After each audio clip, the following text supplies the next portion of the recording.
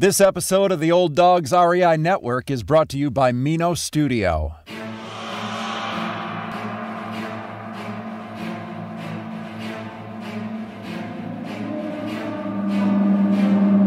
In a world where jobs are how most people make money, one man, one desire, one challenge dares to break the mold. Welcome to the Old Dogs REI Network, where we don't work for money. Money works for us. Coming soon. Viewer discretion advised.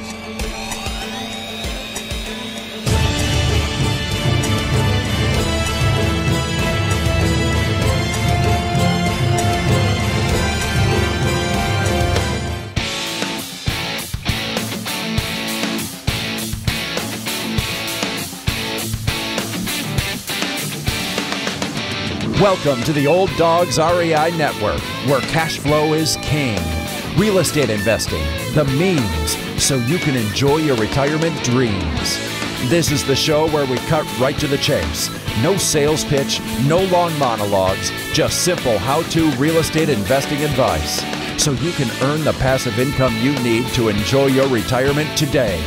And now, your host and chief old dog, Bill Manacero. Welcome to the Old Dogs REI Network. I'm your host, Bill Manacero, and this is the show where 50-plussers and anyone else who wants to join us get solid, no sales pitch real estate investing advice to help generate real cash flow. This podcast airs twice weekly on Mondays and Fridays, and if you aren't already a subscriber, go to iTunes or Apple Podcast, type in Old Dogs, spelled D-A-W-G-S, find our podcast, and subscribe. Well, we have a great show for you today. We have a returning guest here, not quite an old dog yet, but hey, he's definitely part of the club. And I'm talking about Scott Smith. Scott Royal Smith is a longtime real estate investor and attorney who created Royal Legal Solutions to be a one-stop shop for asset protection, tax, and estate planning needs, specifically for real estate investors of every type in all 50 states. He currently has a team of 30 employees helping clients become bulletproof to litigation while helping them save money on their taxes and build generational wealth for their families. Well, Scott, welcome back to the Old Dogs REI Network. Hey, man, it is great to be here, Bill. I'm a huge fan of you and your show, and I'm stoked to be here today and just kind of drop all the hot legal and business and real estate knowledge. Well, I love it, man. And you got the knowledge to share, and I appreciate that. We've had you in the past where you've talked about, asset protection in general, which is, it's pretty big scope there. There's a lot of things that you can do and a lot of different approaches. And today we've asked you to be on specifically to talk about land trusts. We've had just a stirring, a lot of interest. People are asking for information about land trusts, and I know this is a prime area for you and an area where you do a lot of activity. I just wanted to just open it up here and pretty informal. Maybe you could just kind of start with maybe a definition of. Well, actually, before we do that, our listeners like to always catch up on our guests too, and just to find out what they've been up to. Maybe you could just kind of give us a little update since last time we spoke. What you've been doing. Yeah, well, I've been really active working on building Royal Legal Solutions. We've been growing very, very strongly with very methodical, strategic growth and helping more and more real estate investors all over the country. So it's been a lot of fun doing that, as well as getting more involved with asset acquisition. Currently, actually buying up a lot of single-family homes. I didn't think I'd be going back into single-family, but here I am, finding opportunities to do that and good channel partners. And what I've learned through that process is that it's not in the market; it's in the marketing, and you want to be aligned with people that know how to get the deal flow in the door to you. It's super, super important to have that. But, we've been seeing a lot of the same thing, too, Bill, is about the huge interest inside the land trusts. And And I really think it makes a lot of sense. I had a friend of mine who lost over $3 million from a single lawsuit. If he would have had asset protection in place, he probably wouldn't have lost a dime. And if he would have had those assets held anonymously using land trust, they might not have ever even sued him in the first place, because they wouldn't have been able to find out, what assets that he had that were worth suing. And I probably could have stopped that lawsuit before it started. So my life is just kind of how it always is, building the company and helping more and more real estate investors every single day, and making sure that the wealth that we all work so hard to create, we keep it. Well, that's great. One thing you mentioned about single-family homes, you're not the only one. I've been talking to a number of investors that really feel that that's the place right now to focus activity. That's where the great deals are going to come from right now. Multifamily is in a totally different position, I think, and I think that in the single family realm, that's where you're going to see a lot of the activity. I think because of the laws that right now with the forbearance, and we've got the moratoriums on evictions and a lot of other issues there, and then you've got moratorium on foreclosures. I think we really don't see the full picture of what's happening in the real estate market, and I think once it hits, I think we're going to start to see the real picture, which is going to be a little different than how things have been. Well, I think it's hard to have a crystal ball on a lot of these things, right? But we know that there's a couple of major things that are happening, right? Which is there's going to be a market shakeup, right? You're going to be able to probably sniff that out before too long, about where our market's really going to shift around, and that might depend a little bit upon the stimulus money, as well as how effective that stimulus is. I hope it's effective. But last time when we gave everybody checks, what they did is they just paid down debt with it. So it'll be interesting to see whether these plans they have will either come out or if they'll be effective. But I'm seeing a lot of activity in the single family home area, and for me personally, that's where I'm looking to pick up assets. I'm always looking for great deals, just like anybody else, right? Into it, and I come with like a team of backing financially as well. And the thing is about single family homes is like that's the perfect place to be using land trusts. If you're owning single family homes and you're not using land trusts, you're really just missing out on a great opportunity to be able to help protect yourself in a way that's some of the actually most affordable, highest value, highest impact kind of protection you can get. Right. Well, why don't you define for those that don't know what a land trust is? Just give them sort of a good general definition. Yeah, so you have three different types of trusts. You got your revocable trust, like ones that you can just decide, hey, I'm just going to go ahead and dissolve this trust, and all the assets flow back to you. They don't give you any type of asset protection, but they can be used to create anonymity. And a land trust is a type of a revocable trust. Now, you'll also have irrevocable trusts. Those provide some protection. They can be anonymous, but they have tax implications with them, which can be punitive. However, when structured correctly, it can be a decent strategy, especially if you're located inside of California. And then you have your statutorily created trusts, which are like your Delaware statutory trust, and those are created by a state statute that they passed a law to be able to create that type of trust. So those are your three top level ideas of what types of trusts exist out there. Every type of trust you hear about fits into one of those three categories, no matter what they are. The types of trusts that are usually most effective for real estate investors, again, is the revocable trust, when it's going to be the land trust. It's an irrevocable trust if you have a one-off asset and you live in a state that has really bad LLC laws, like California. Or the Delaware statutory trust if you're an investor who wants to use a trust structure, perhaps because you live in California likely, and you're looking for something that's a really scalable model that provides anonymity, and protection. Now, do you combine, let's say you own multiple properties, multiple states. Do you combine, the various tools out there, land trusts, LLCs, irrevocable trust, in a manner that would help protect somebody, to the max? Or I know you can't protect somebody 100%, but some things are definitely more effective than others. Yeah, well, you can protect people 100%, and in a lot of circumstances, you actually can. The question really becomes: is it the cost-effective and necessary thing to do? Right. So this is like one of the key questions. So people ask me, well, Scott, what does it take to get protected? And I say, well, it actually is like going to a doctor and asking, like, what is the prescription you need before we get in there and dive in and figure out what's going on, right? And figure out what's going to make sense.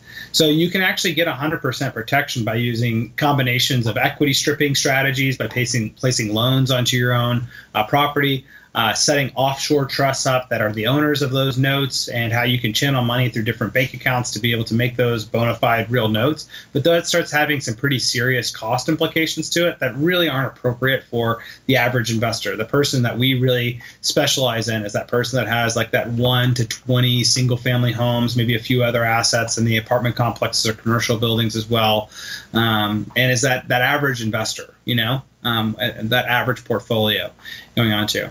But your most cost-effective thing that you can do is actually mixing and matching your land trust strategy, which is how you're able to avoid the due on sale clauses of your mortgage that might otherwise be preventing you from moving the asset, and say directly into an LLC, as well as that land trust will also help create anonymity in the ownership. So it looks like if anybody tries to sue you, it looks like on paper you qualify for food stamps.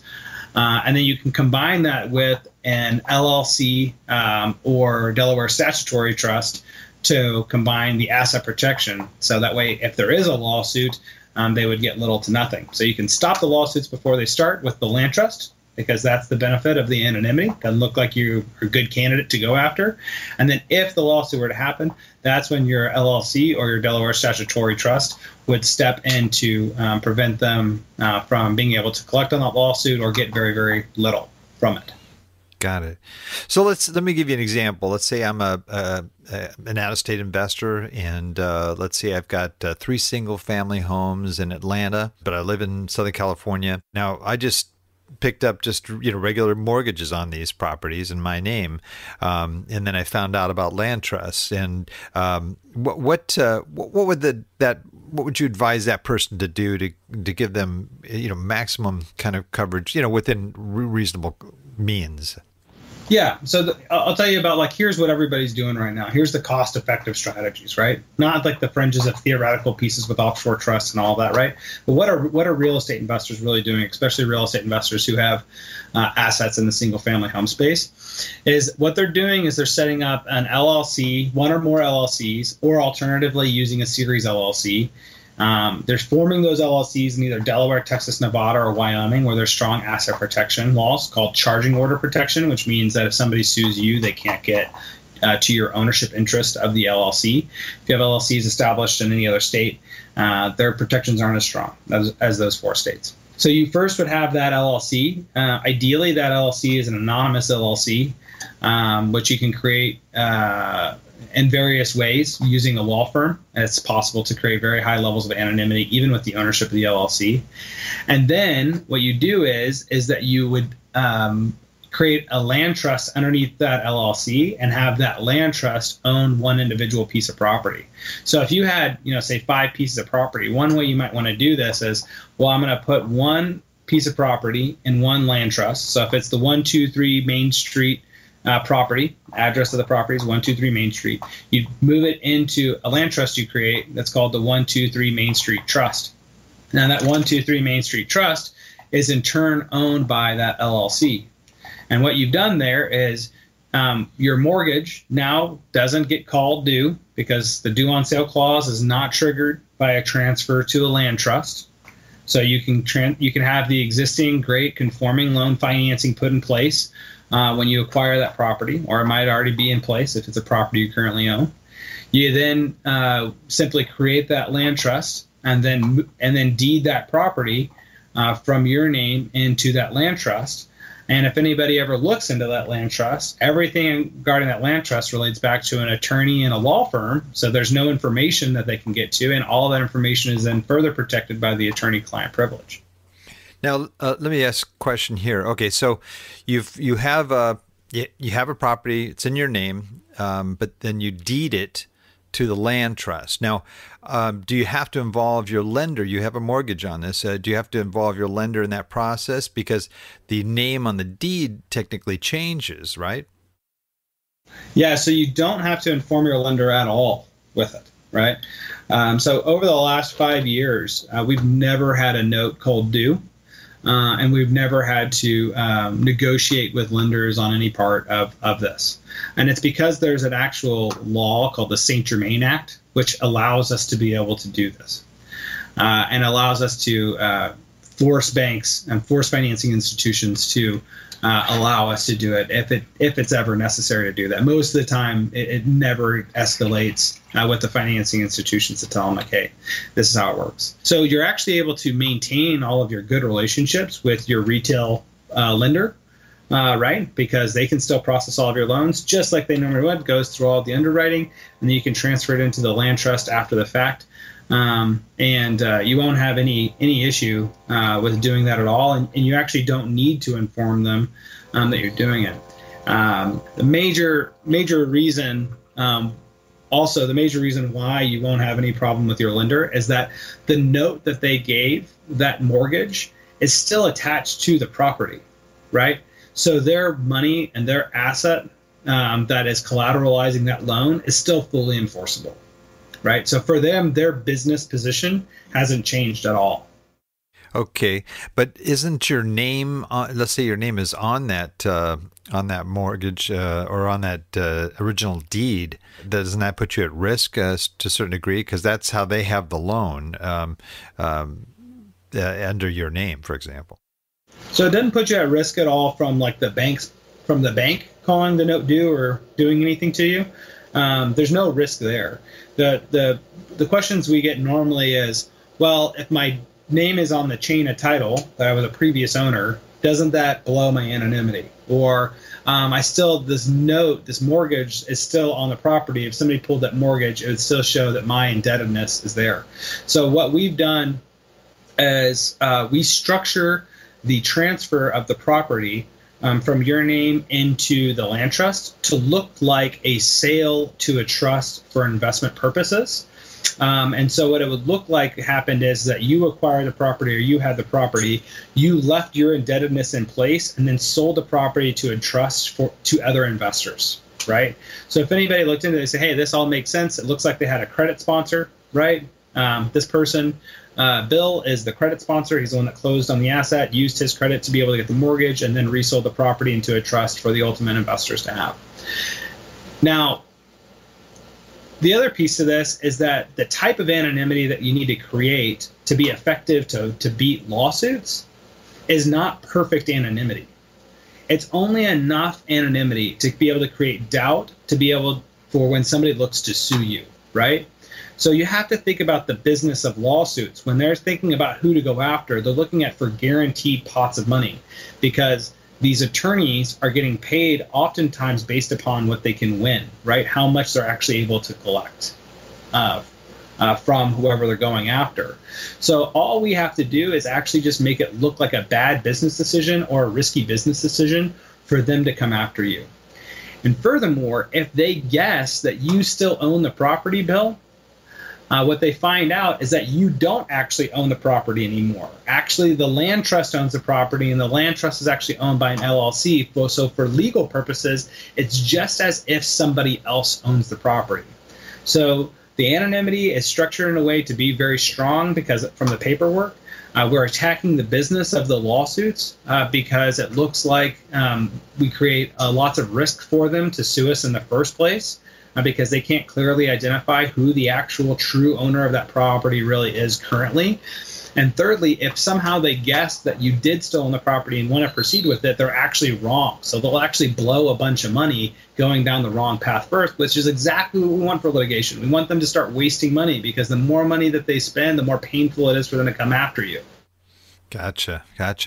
People structure their asset protection, I know, in a number of different ways, but do you ever have it, for example, the example I used with the 3 single-family homes in Atlanta, and let's say you have a Georgia LLC, but that Georgia LLC, the managing member is a Wyoming LLC, so they could have the anonymity. Do you ever structure in that way, or would you just bypass the Georgia LLC altogether and just go with one of those main states that have anonymity? My experience has been is that there's an older model of how asset protection attorneys used to operate, which was, well, we need an LLC or one LLC per property in every single state that you own a property, and then we want all of those LLCs to be owned by Wyoming LLCs, so then we have anonymity in place, right? And that would be like a typical type of strategy. The problem is that strategy becomes really expensive to do, right? With your setup costs, your maintenance costs for those LLCs, how your operational expenses around managing that many bank accounts instead of accounting records, the tax returns that come off of that, et cetera, right? So it kind of leads us back to like we talked about before, right? Is that there's a lot of ways to go after what protection looks like, right? And you can go all the way to doing offshore work and equity stripping, but what's the cost-efficient way of being able to structure this? And what I've seen is the most cost-effective way of doing it is actually using one Series LLC established in either Texas, Delaware, Nevada, or Wyoming, and then having that Series LLC combined with the use of land trusts to be able to create the best protection. Because you can have one parent Series LLC that creates individual child series. Each one of those child series works just like an LLC for liability purposes. And then the land trust actually holds title to the Georgia property, even though, let's say, for example, it's a Texas Series LLC. So you have a land trust there in Georgia that you can create. It costs you a one-time cost to be able to create that land trust. There's no ongoing costs associated with those land trusts. And then that land trust is in turn owned by a Texas Series LLC, and that compartmentalizes the asset and holds it inside of that LLC structure. So if there's ever a lawsuit against that one asset, they can't go after any of the other assets, and they can't come after you personally. And that's really where we find is the most cost-effective, best protection, cost-effective way for single-family home investors to own property anywhere in the country. With having the most streamlined taxes, operational expenses, and ongoing expenses that we can find, and that's the best strategy we know. And you do recommend one land trust per property, right? Yeah, because you want the land trust to be named as the name of the property, so that way they have as little information as possible regarding the scope of the assets, right? Gotcha. So when you name the land trust into the name of the address of the property, then they can't find out like who is the real owner, like this LLC or a Series LLC of this land trust. They think that it's an isolated entity because that entity only, when they search the public records, the only thing that trust owns is that one individual piece of property, and there's nothing then to connect that to any of the other pieces of property. So essentially for litigation purposes, what you did is you shrink the pot of gold to make it say like, hey, even if we're successful in this, we're only getting this little tiny pot of gold, right? So it's not enough money there for us to really go after this guy. Got it. And the owner of that land trust would be the Series LLC, right? That's right. Okay. Yeah. And what really is cool about this is that the Series LLC itself doesn't actually have to be registered in any of the other states where you own property. So if you're paying right now for multiple LLCs and you're having to pay for franchise taxes and all these different states and maybe foreign entity registrations, you can actually avoid all of that by shifting to a Series LLC strategy combined with land trust, because the land trust can own title to the asset inside of the name of the land trust, but the land trust doesn't have any entity registration requirements as a revocable common law trust like we talked about. So that means you save a bundle on what are your operating expenses going to look like, because you don't have to do all of this compliance work associated with the LLCs. Got it. So you mentioned the bank accounts as well. So are you only working with one main bank account, and that would be yours in the name of the Series LLC? Yeah, you can do everything with one bank account, one EIN number, one set of accounting books, as long as you accurately tag the income and expenses for each property, right? Which you should be doing anyway, because that's how you track your true ROI for those properties, right? Exactly. So you'll be doing that on a property by property basis. So your accounting should stay exactly the same if you've been doing your accounting right. But otherwise, you can streamline everything through a single bank account with your Series LLC. And then the land trust all the way up through your Series LLC is all treated as disregarded links in the chain, right, for tax purposes. So there's no additional tax filings that have to happen. All of the money just flows up to the very top of the entity, and whatever way that entity is being taxed, whether it's as a partnership or as a solo individual and disregarded, that will all stay the same for you exactly the way it is now. So there's no additional changes that you actually have to make or expenses that you have to entail or work that has to be done. You just have to do the switch and reap the benefits of it. Got it. And I know it's kind of a ballpark here, but what's generally the cost to set up a land trust? So you're typically looking at probably a few $100s for the land trust, depending upon the complexity of the trust. And then you're also looking at a few $100s for the deed to be able to transfer the property into the land trust in most circumstances. I'd say ballpark, you're typically looking at somewhere around $500 per property. Yeah, that's nothing. That's nothing. And are there sort of like annual reports or things? I mean, with LLCs, you've got sometimes annual reports. You've got meeting minutes and things like that. Are there any kind of annual fees associated with land trusts? No, zero. There's no annual fees for trust. It's a one-time cost to create it and move the property into it. But after the property's in the trust, there's no annual reporting that you have to do at all. And there's no annual costs at all. Yeah, that's great. That is amazing. That is, wow. Anything else that you think could be pertinent to mention about land trusts? I mean, are there any kind of negatives or things that people should be aware of? Yeah, the only things that I could think that come off as like negatives per se that people ask me about is that they wonder about like, hey, how am I going to get financing now that my properties are held inside of these anonymous trusts? And the answer to that is that you all you have to simply do is just go to the bank and show them, here's my bank statements for the revenue, and that's really it. They're really only worried about that you can show that the revenue is there inside of your accounting records. And in some very rare circumstances, the bank will ask to see the trust documentation so that way you can prove ownership. But that's actually very rare that we ever have to do that to be able to prove true ownership of the property for any type of financing issues. So all the financing pieces are actually very, very simple to solve. There's really not anything there. It's just what documentation you have to show the bank.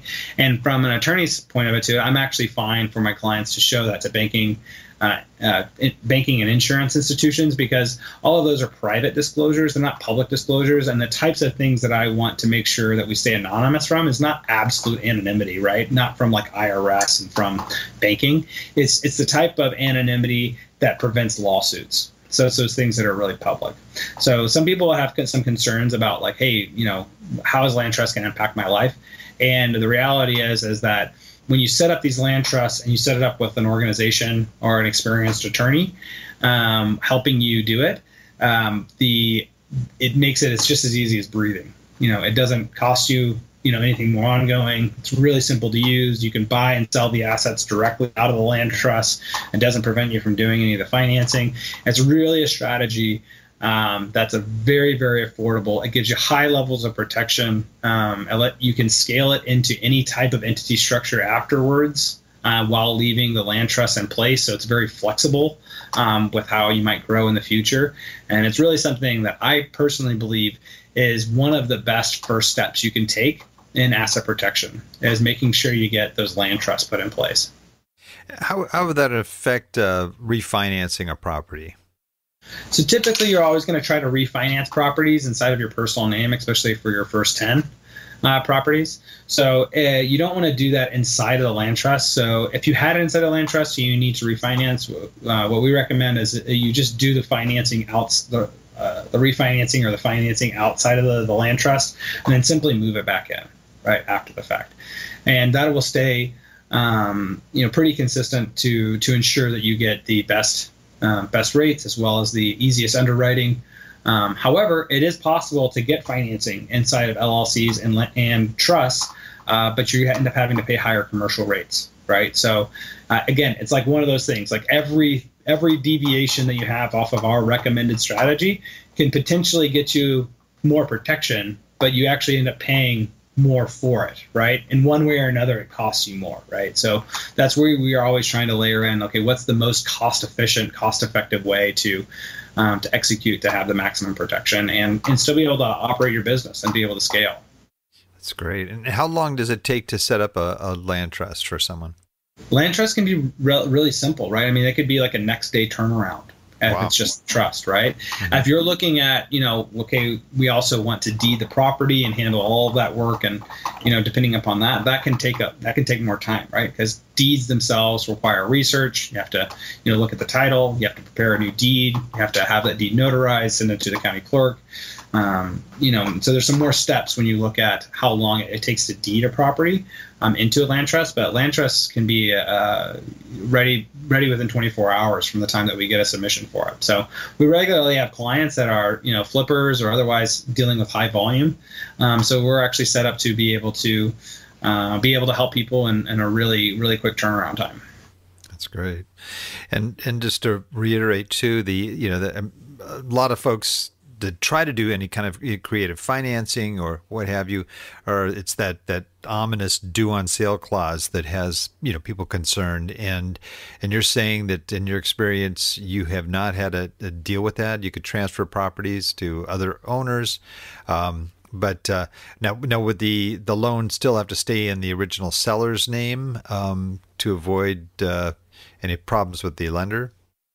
So using a land trust, you won't have any problem with the due on sale clause. They won't call the note due with the transfer to a trust per the Saint-Germain Act, right? Okay. So who are the beneficiaries of that trust, is a separate question, right? So the bank will see that it's transferred to a trust. They'll say, great, it's a single family home, 1 to 4 unit property, transferred into a trust. We don't look into those, right? Now, if the beneficiaries of that trust, were other investors, right, the bank would never know that, right? They won't really care about it either, because what they're really worried about is, are you making your payments on time? If you make your payments on time, banks almost never care about anything. But even if as long as you're making your payments on time, you don't have anything to sweat regardless. But that being said, the Saint-Germain Act is what protects you from any type of pushback from the bank or any type of financing concern from the bank. So there's a lot you can do with land trusts, with how you even structure investments or sell to investors, while leaving the existing indebtedness in place, right? If you want somebody else to take over your mortgage, right, then that's an assignment of mortgage. It's a whole nother underwriting process with that financing institution. It's basically like them getting a new mortgage with that financing institution at that point. So most of the time what we're trying to do is actually leave the existing indebtedness in place when you make the sale. And so that could be pretty typical, right, for like a wrap transaction or something that's going to be more sophisticated in terms of the financing. Got it. Wow, this has been great. There's some great information here, and I'm sure a lot of folks listening would want to find out more. What's the best way for folks to reach you or find out about land trusts?